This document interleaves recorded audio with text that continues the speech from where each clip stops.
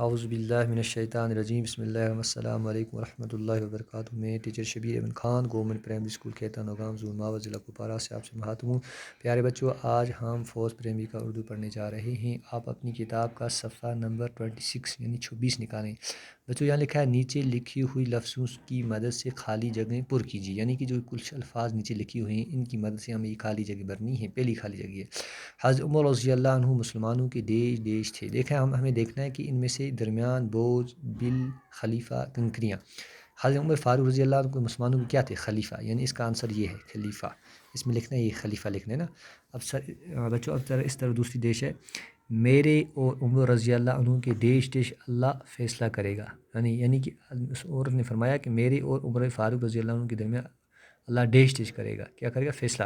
اس کا جواب ہے یہ درمیان، یہ ہے نا، یہ درمیان اس میں لکھنا ہے۔ تیسری دیش بچے بھوک کے مارے دیش رہے تھے۔ جو بچے تھے بھوک کی وجہ سے کیا کر رہے تھے؟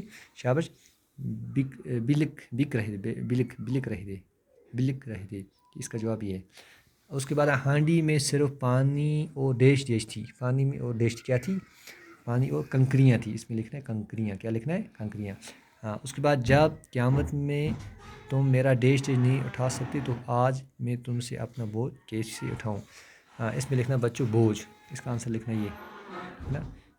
پہلی میں لکھنا ہے خلیفہ، دوسرے میں لکھنا ہے درمیان، تیسرے میں لکھنا ہے بچے بھوک کے مارے دیش بلک رہے تھے، چوتھے میں لکھنا ہے کنکریاں، پانچ میں لکھنا ہے بوجھ، ٹھیک ہے نا۔ تو یہ اس طریقے یہ پورا کوشچن آپ کو اپنی کاپی پہلے رف پہ لکھنا ہے اور اس کے بعد اپنی سوالات کاپی پہ لکھنا ہے۔ تو بچوں آج اتنا ہی انشاءاللہ، تو کل ہم اس سے آگے پڑھیں گے۔ باقی والسلام ورحمۃ اللہ وبرکاتہ۔